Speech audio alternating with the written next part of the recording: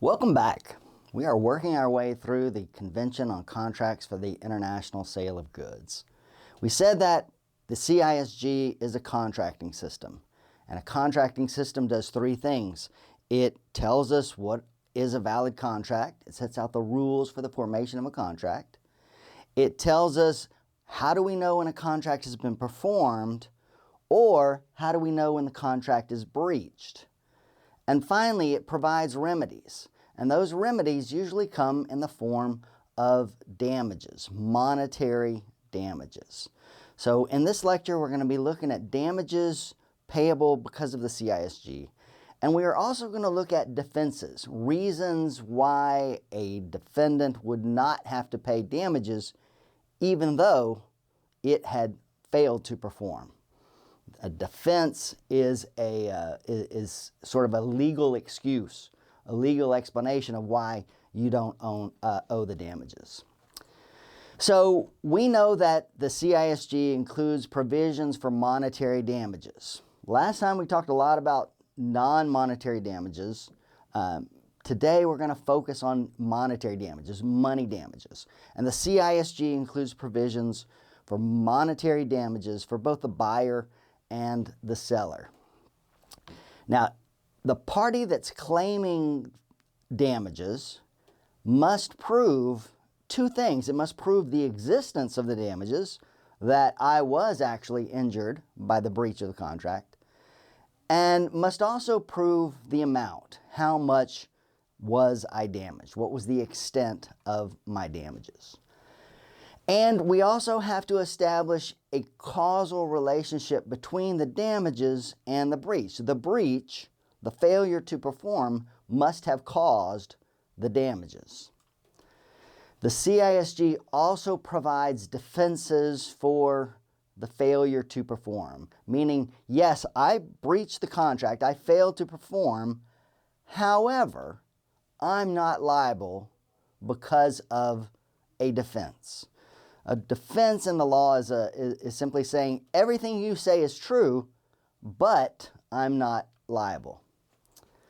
So in this lecture, we're going to look at damages and defenses available under the CISG. So what are damages? When we talk about damages, well, recovering damages requires proof of liability for breach of contract and proof of loss. This is another way of stating that in order to recover damages, we must prove that damages exist because of the breach of contract, and here's why, and here's the amount of those damages. The law defines damages as the money claimed by a person as compensation. Damages are meant to compensate the aggrieved party, the non-breaching party, for the harm caused by the breach. And in general, damages equal the sum of money that a wronged person is entitled to receive from the wrongdoer as compensation for the wrong.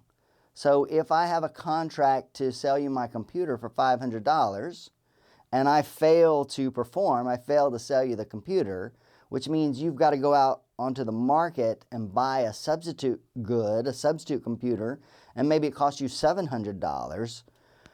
My failure to do what I was obligated to do cost you $200.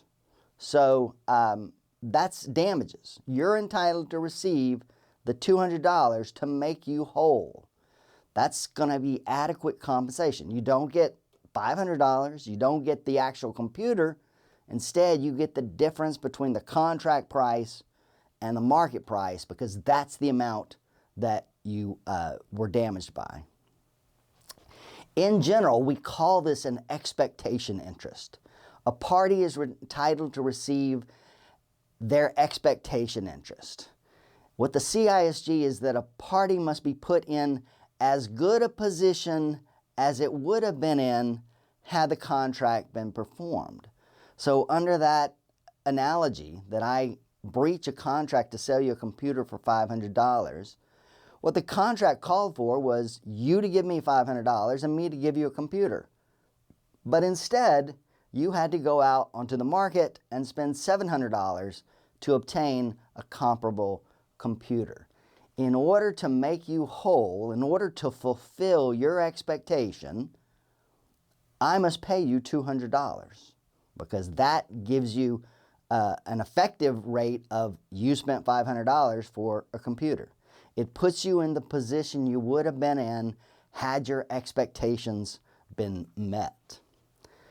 Now, in the law, the non-breaching party under the CISG is called the aggrieved party.